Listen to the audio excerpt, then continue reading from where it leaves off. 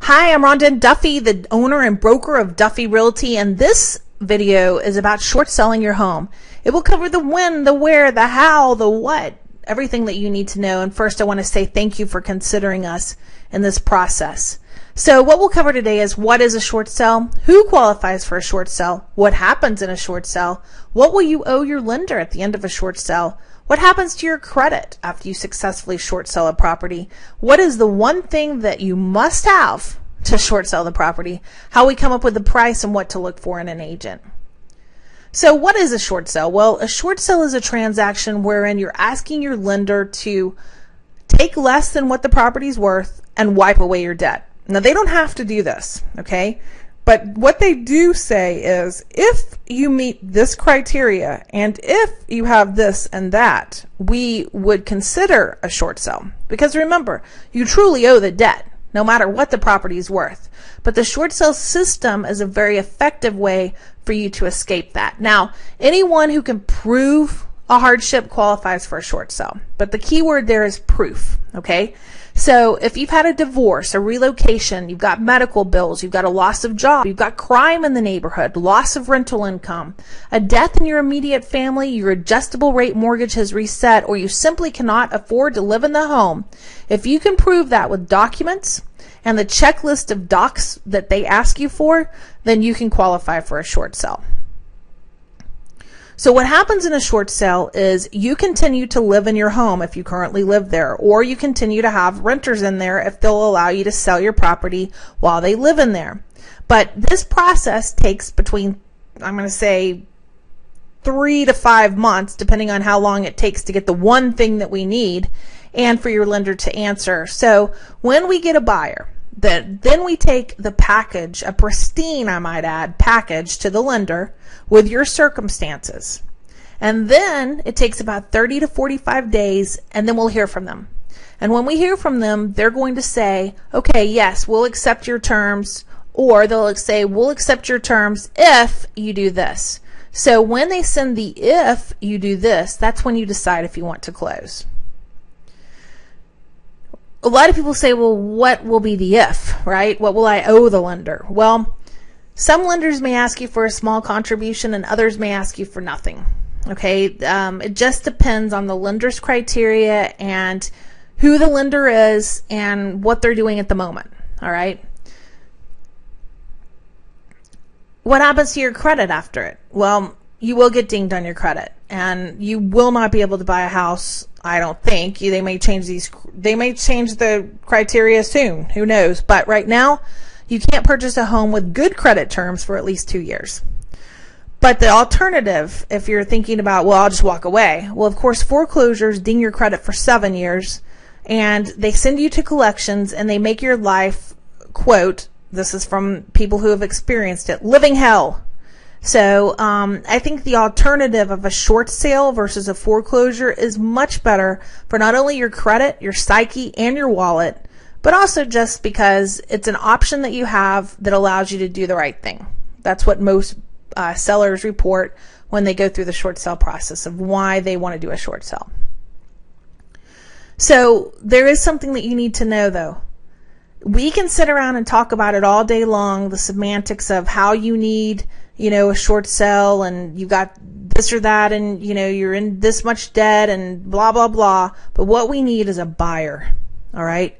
So you have to make your home a product worthy of a buyer's attention.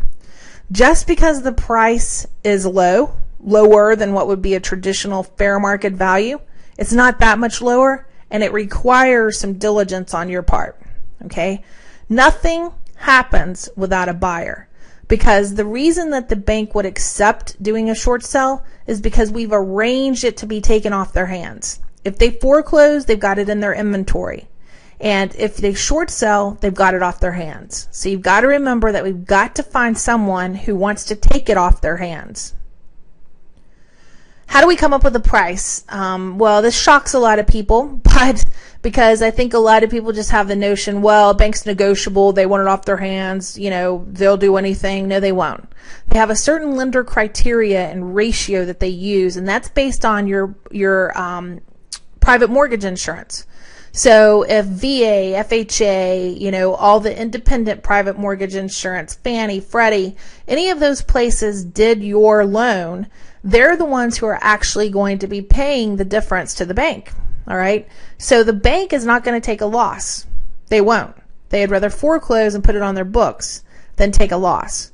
So it's very precise in how we calculate this. And most of the time, once we calculate back in the commissions, the liens, you know, any tax liens that you have, HOA fees that are due, that sort of thing, second mortgage, an additional insurance provider, once we put all of that in place, we usually end up selling it around 92% of the price of fair market value. So that's why I say that it's critical to come up with a buyer.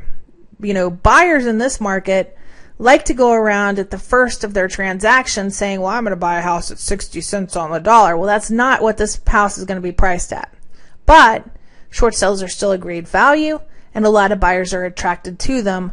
We just have to make sure that your product looks worthy for their attention. So what do you need to look for in a short sale agent? Well, this is critical, in my opinion. Most agents report that they only close 25% of their short sale listings. There's a couple reasons for that. Number one, they don't set up the price correctly. So then when the bank gets the offer, that's too low, because the bank's going to order an appraisal of their own. So if it's not calculated based on fair market value the way I just described it, and it's calculated too low, they can't sell it. The buyer's already gotten in their head for 2 or 3 months that they're buying it for, let's say, $50,000, and instead the bank wants $100,000. That doesn't work, and it just puts you as the homeowner in more danger of going towards foreclosure, because most likely you've stopped making your payments. Also, there's a lot of care and requirements in proving your hardship, right? That can't just be sent over to the bank just haphazardly. If you can imagine this, banks have all of these stacks of files. Maybe they have it on their computer system, but they have all these files that they've got to get through. If your file is not pristine and perfect and looks reasonable and the buyer's in place, if your file does not look perfect, they just push it to the side to try to get to one that they can close. And they don't have time to call the agent and say, look, you're missing 6 documents and you don't have any documents to prove your hardship. You know, they don't have time for that. They just slough it off to the side and you never hear from them. So it does take a certain care and delicacy in making this work. All right. But you should also look for an agent who not only has a short sale designation, but also has 10 short sales that they've closed in the last 12 months, because it's the experience with these lenders and being right with them as they make their shift that really makes it successful for you as a seller. Right now, you know, at any given time, we have between 35 and 50 short sales under contract.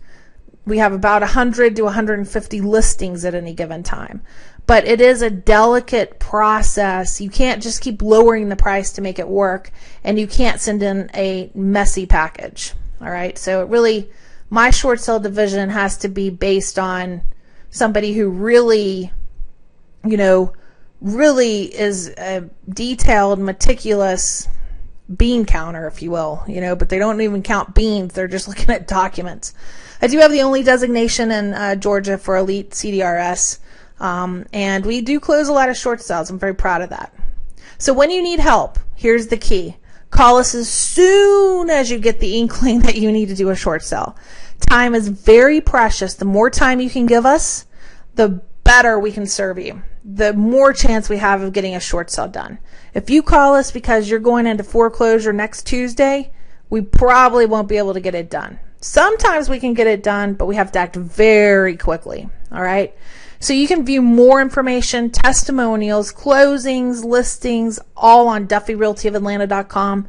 But please call us as soon as you think you need to do a short sale. We don't charge anything up front to you, and we can get the process rolling very quickly. But you got to give us time.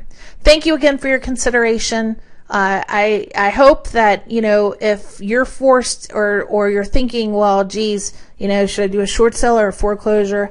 I hope that you'll give yourself the opportunity to do a short sale, because it's a great, great way for you to alleviate debt without having the penalty and the monkey on your back for 7 to 10 years. All right. Thank you again, and I wish you a good day and luck with whatever you choose to do. Thanks. Bye-bye.